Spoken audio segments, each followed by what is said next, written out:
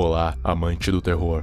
O Rei Escarlate, com certeza, é uma das entidades mais poderosas do universo SCP. Eu já fiz um vídeo contando sua história e o porquê ele se tornou uma entidade tão poderosa e tão maligna. Se quiser saber mais sobre quem é o Rei Escarlate, o card está aí em cima. Neste vídeo, nós vamos focar mais nos possíveis poderes do Rei Escarlate. E por que eu digo possíveis? Porque nunca foi realmente canonizado quais são os verdadeiros poderes do Rei Escarlate. A lista de poderes dele foi criada a partir da análise de seus feitos, ou do seu próprio conceito. Para todos os efeitos, é apenas uma teoria, mas de qualquer jeito é a única fonte que temos, então vou levar em consideração até que se prove o contrário.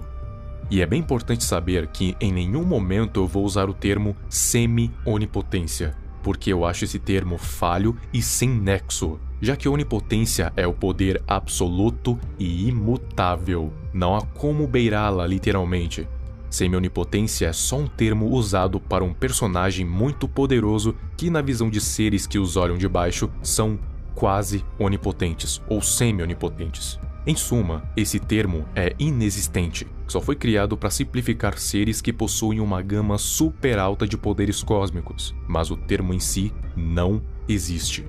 E uma última coisa, eu só vou citar os poderes mais fortes, então se tiver algo como manipulação do fogo, não vai entrar por ser um poder bem comum. Então, sem mais enrolações, vamos lá. Imortalidade tipo 2 e 11.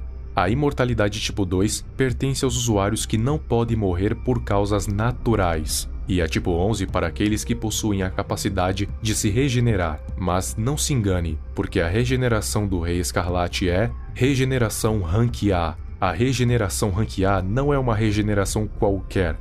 Com ela, o usuário pode reconstituir o seu corpo até se o mesmo for apagado da existência, fazendo isso utilizando outros planos, como o astral, por exemplo. Cronocinese é a capacidade de controlar as linhas do tempo como bem entender, podendo parar, retroceder, avançar, acelerar, desacelerar ou até mesmo apagar as linhas do tempo.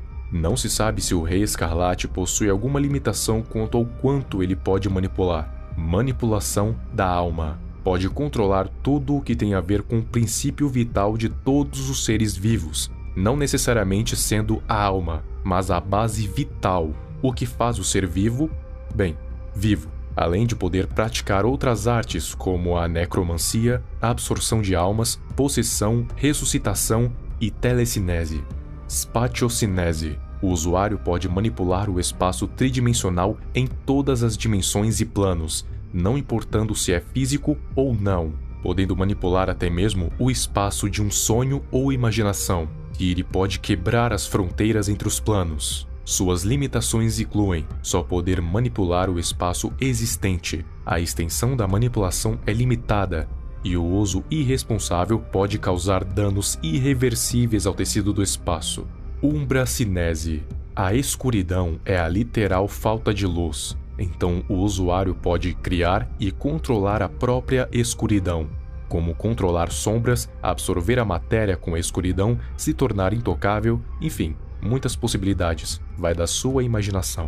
Suas limitações incluem não poder criar sombras, apenas manipular as que já são existentes, e a distância, massa e precisão vai depender completamente do conhecimento do usuário. Mas sendo o Rei Escarlate um ser primordial, conhecimento não vai ser um problema para ele. Cosmocinese, capaz de criar e controlar energias cósmicas por todo o universo, seja reestruturar e transmutar a matéria, a manipulação da matéria através do espaço e do tempo, criação de portais interdimensionais, gerar ventos estelares, tempestades cósmicas e uma chuva de meteoros. Também pode criar corpos celestes, como cometas, planetas, estrelas, luas, sistemas, galáxias, nebulosas, buracos negros, buracos de minhoca, matéria escura, etc. Suas limitações incluem depender da força, conhecimento e da extensão natural de seus poderes para ter o maior resultado. Manipulação da matéria.